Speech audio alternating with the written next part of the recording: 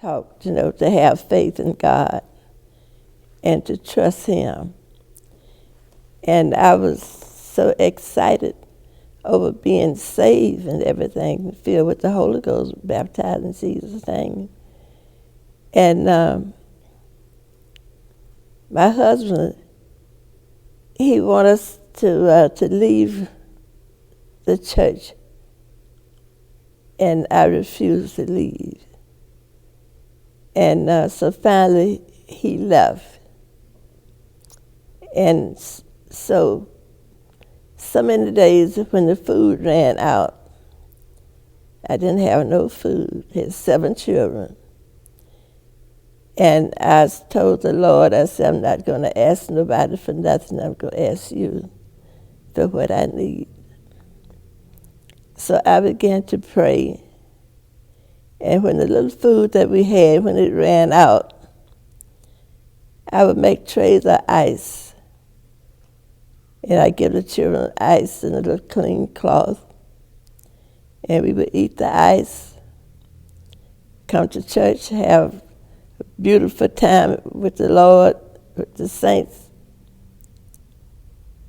go back home and eat ice, come back to church.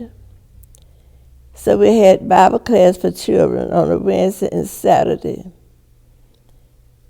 On those days, I bring the children to Bible class, and we would have good food for the children.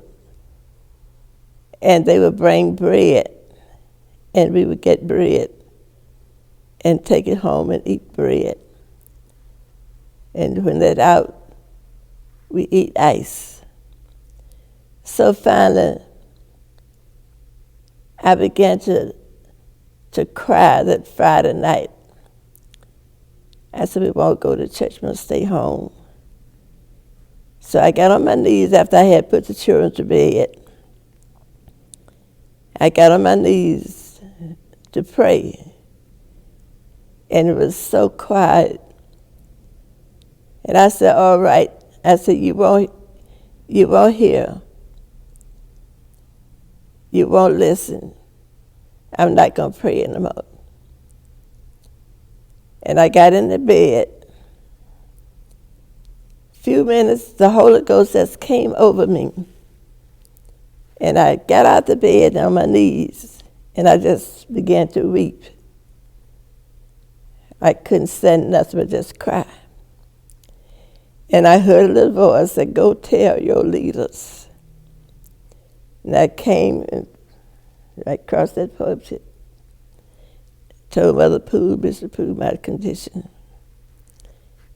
And she told me, she says, go down to the welfare and put in for help, because God has preserved that money for His peoples. So when I went down there and I told them the condition I was in, they refused to give me any help. So Mother Poole, she would buy me food. But when that would run out, we still was hungry. And so finally, we were having a Bible class. And when she came out to teach Bible class, she said, God has always made a way for His peoples. And when she said that, I was sitting on the end of the pew on the other side. And when I looked at her, I saw the water, the Red Sea. I saw the water began to just depart. It was just like the 10th commandment. Exactly. The water just going over and over on both sides, and a road going through there, all the way down to the pulpit. So I didn't think nothing about it. When I went home, I had a card in the mailbox. It said, come and bring your husband and this card. So I looked up, I said, Lord, I don't have a husband, but send an angel to go with me. And as I was walking down Madison, across Levitt, the place was on Damon. And something just came over me. I didn't see it, but it felt like something just overshadowed. And it took me all the way to the welfare station. And as I was sitting there, I had my head down thinking. And when I looked up, I saw a red V begin to write. It said victory. I didn't pay any attention. I didn't think nothing about it. So the supervisor came out and called my name. And I went to talk with him. And I was weeping, I was crying. And he told me to come on back in the booth with him.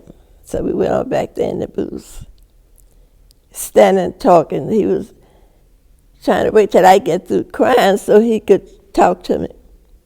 So I was crying, I had my eyes closed. And when I opened my eyes, I saw Victory Road again. I thought nothing about what was going on. And he said to me when I stopped crying, he said, Mr. William, I'm sorry the way we have taken you, but your money has been released from Springfield. And that money has been released ever since. My children eat good. They all grown, got children and grandkids. And we eating good now because God made a way.